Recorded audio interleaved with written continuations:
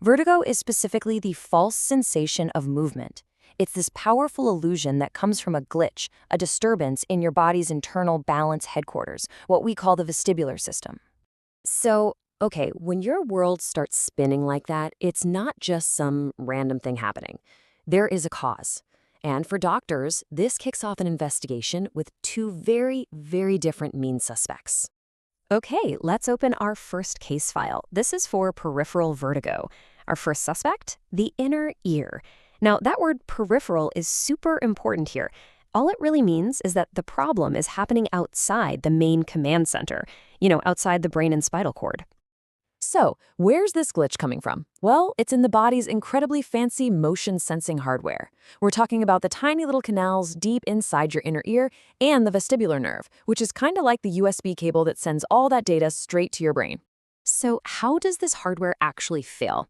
The best way to think about it is like a faulty sensor. See, both of your inner ears are supposed to be sending perfectly matched signals to your brain about where your head is in space.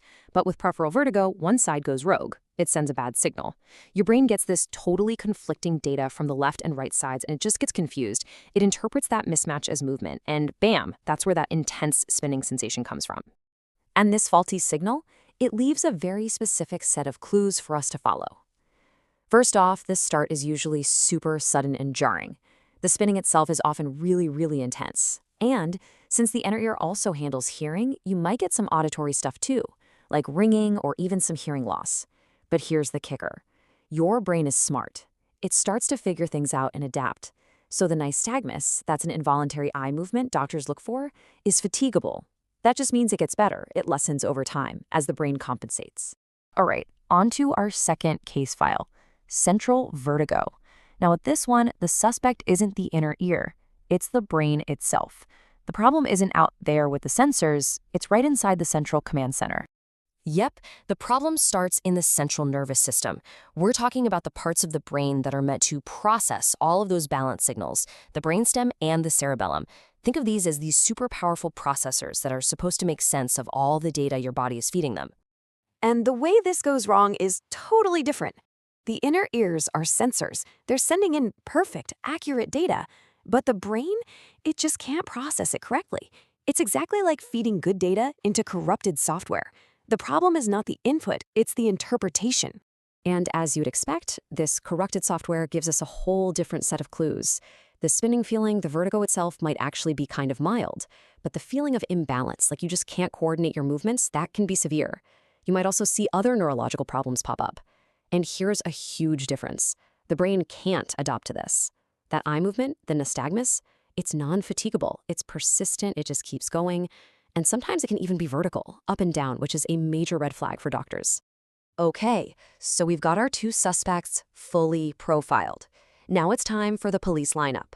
Let's stick them side by side and make these differences totally crystal clear. So let's run through the key clues one more time. With peripheral, you get that intense spinning. With central, it's more about that severe imbalance. Peripheral hits you suddenly, but your brain adapts. Central can be more gradual, and your brain just can't get a handle on it.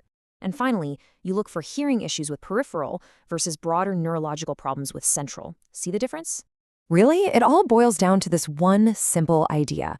Peripheral vertigo is a problem in signal generation. Central vertigo is a problem in signal processing.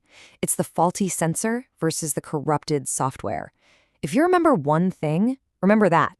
So we can tell them apart. That's great. But why is this so incredibly important? Well, this brings us to the big reveal of our whole investigation, the life or death distinction. Yeah, figuring out which one is which is not just some academic exercise. One of these is just incredibly disruptive to your life. The other is a blaring red alert for a medical emergency. Let's break it down. Peripheral vertigo, while it feels awful, is usually benign. It's disruptive, for sure, but it's not typically going to kill you. Central vertigo, on the other hand, well, that can be a sign of something really, really serious, like a stroke. And the absolute #1 emergency that every doctor is trained to look for when they even suspect central vertigo is something called a cerebellar stroke. That's a stroke that hits the cerebellum, the brain's mission control for coordination. This is exactly why the rule in any ER is think stroke until proven otherwise if you see this specific trio of clues: acute, sudden vertigo, plus an inability to walk, plus any new neurological problems. That combination is a code red. It demands immediate medical attention, no questions asked.